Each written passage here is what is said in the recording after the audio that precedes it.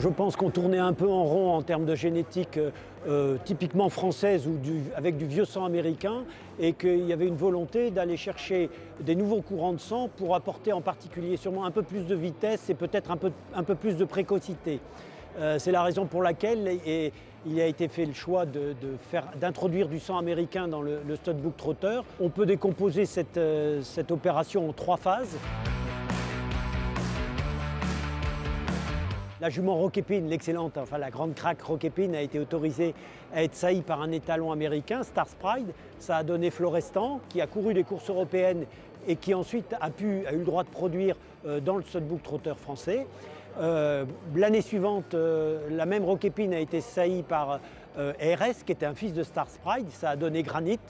L'opération Florestan, au fil des années, s'est avérée une opération assez intéressante, puisqu'il a sailli de nombreux juments, il a produit des étalons et il a montré qu'il apportait une amélioration au studbook.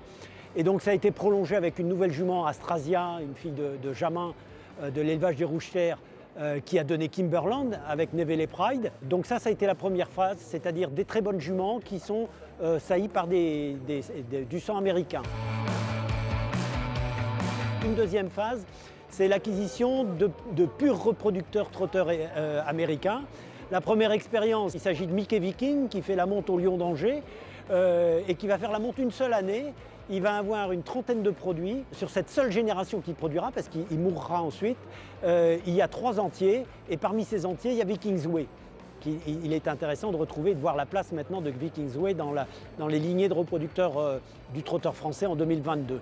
Avec évidemment ensuite Workaholic qui est acheté avec l'appui de la SECF et du GAET qui soutiennent l'action des haras nationaux dans ce sens-là. Et l'opération Workaholic est également couronnée de succès. Quoi qu'en pense un certain nombre d'éleveurs, c'est quand même, il a apporté des courants de sang nouveaux à travers Speedychrone, alors que toutes les souches précédentes, c'était plutôt Stars Pride. Workaholic aura une 50aine de fils qui seront étalons.